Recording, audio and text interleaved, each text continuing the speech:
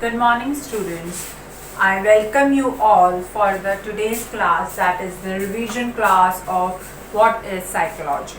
We've been taking today, before going towards the revision, I just want you to write down two important definition and the goals of psychology. Whenever you get a question, what is psychology, define psychology, or something related to psychology, basically about psychology, you need to know these two things.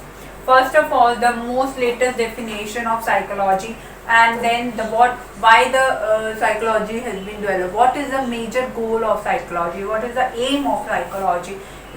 So in this, the first definition of psychology is psychology concern itself with the scientific investigation of human behavior, which was given by Mun, M-U-N-N, okay?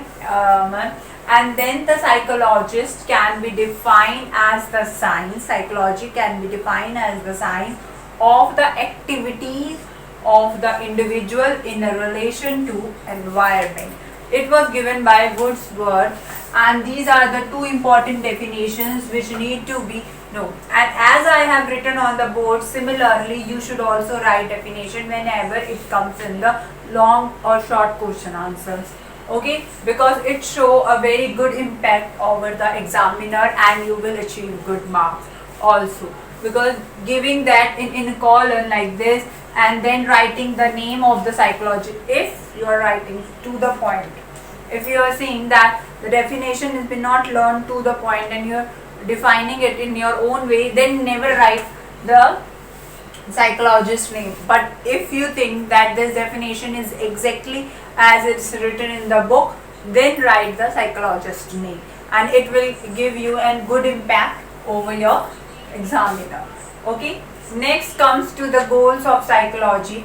Here is some of the major goals to which psychology has been developed. First of all is measurement and description. Means psychology is something in which we can measure and describe the particular ratio, whether it is IQ, whether it is personality, whether it is any of the learning abilities, okay, anything as such which can be measured and described in a form is known as measurement and description. So in a goal of psychology, it is one of the important points in which reliability and validity are the two major points. Reliability means on which we can rely, we can trust that this test is completely right, what we are measuring. For example, I am measuring IQ, then what I have been doing, for which purpose I am doing, it is being fulfilled by the particular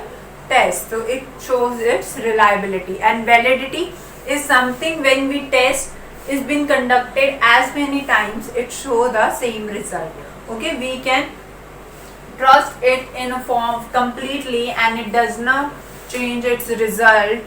That is known as validity, and it remain for a particular time. Whether it's you take a test of a person 3 times or 4 times in a particular week, it gives you the same IQ or same personality traits, that is known as validity. Okay, so reliability and validity are the two measurements and description form sub points which help to know that psychology is what it actually is.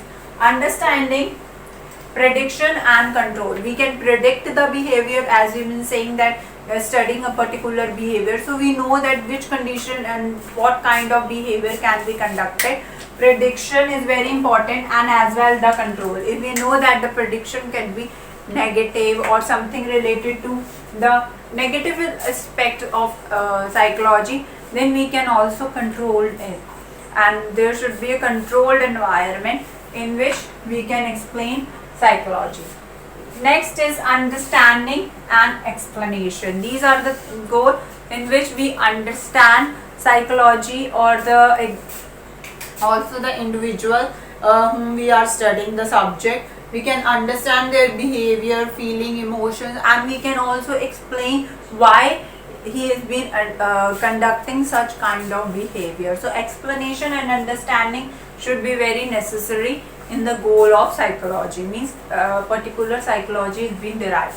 Now moving forward towards the yesterday's uh, class which we took about the branches of psychology. Today I am taking this class in a different way. Okay, I hope you have understood with the class, but you haven't told me any doubt. There can be two reasons. One, you haven't studied, or second, I can say that you have understood each and everything. So let me know on the feedback day that what is the real reason. Okay, now moving towards the branches. Yesterday we have talked about different branches and all the branches we've been talking about. Okay, now in this the major areas are there of the each and every specialization. There are some of the major areas. Okay,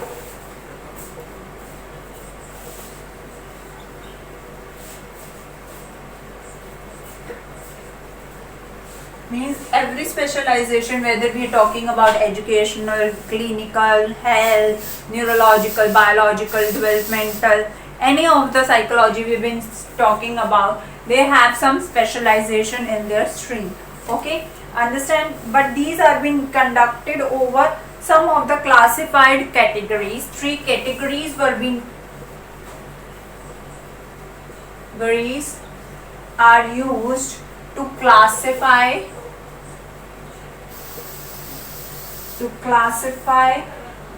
the psychologist.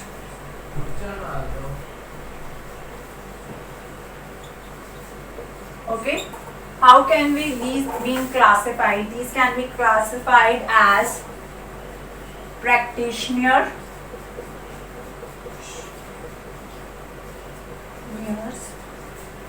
B, academicians, and third as in researchers.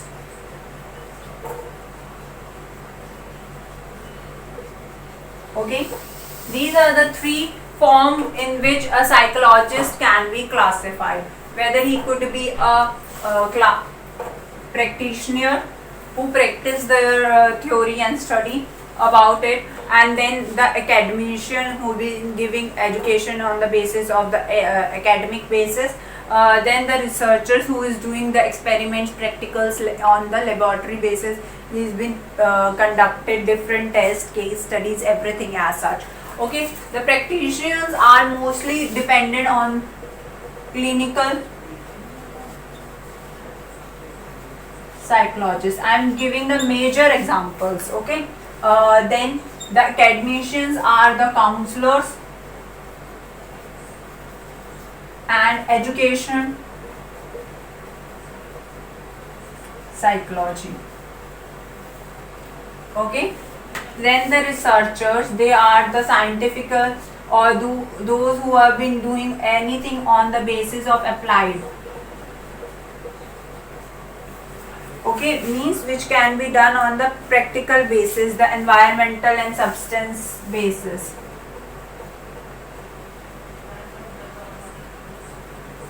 Psychology is one of the major example in this. Okay, environmental psychology is one of the major example for the researcher. Academicians are the counselors and the educational psychologists, one of who been doing teaching the psychology or explaining psychology in form of counseling or educating peoples. As I am a teacher, so I am being considered under academician psychologist. Okay, the practitioners are the one who are working with the health related issues, or the clinical psychologist or the counselor. Okay, they are known as practitioners, and the researchers who are doing the research work, comparing on the laboratories.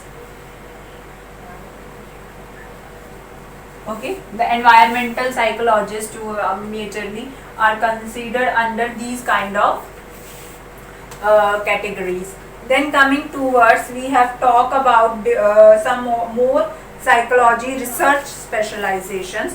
We have been taking about we have been going to talk about the research, this one, the researcher psychology in a vast form. Okay, you can write in this manner also the branches. as well. Okay, as I'm explaining you, you can take it in this way also.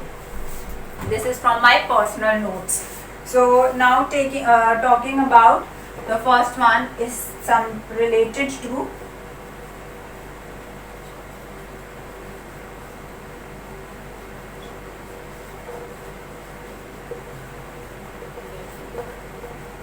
research specialization. This is something which we've been talking about. In this, main are the one experimental psychologist,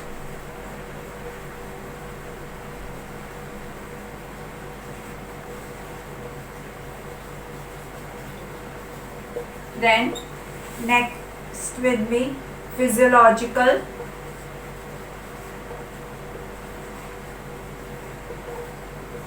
psychologist, then the third one is developmental psychologist,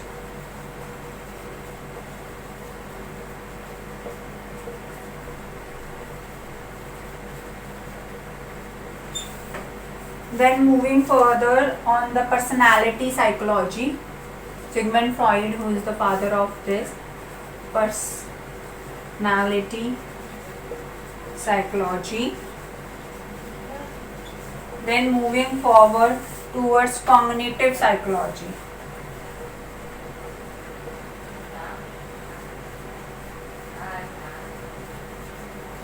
Okay. Then animal psychology. Here we've been talking about the animal's behavior. Okay.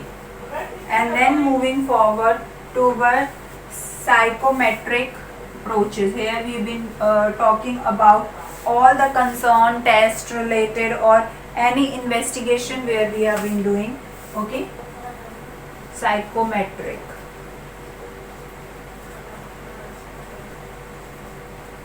I will share these notes also with you. And then social psychology.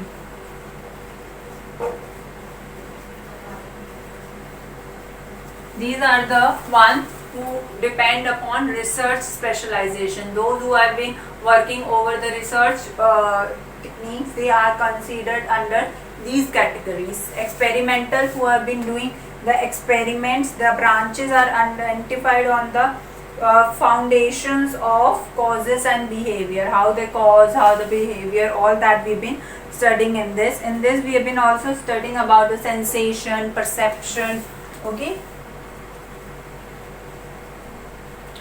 perception, all these techniques and types we've been studying in the experimental psychology under.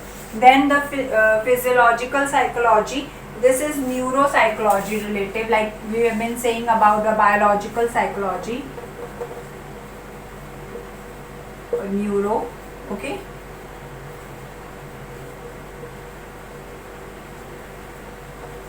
Neuropsychology.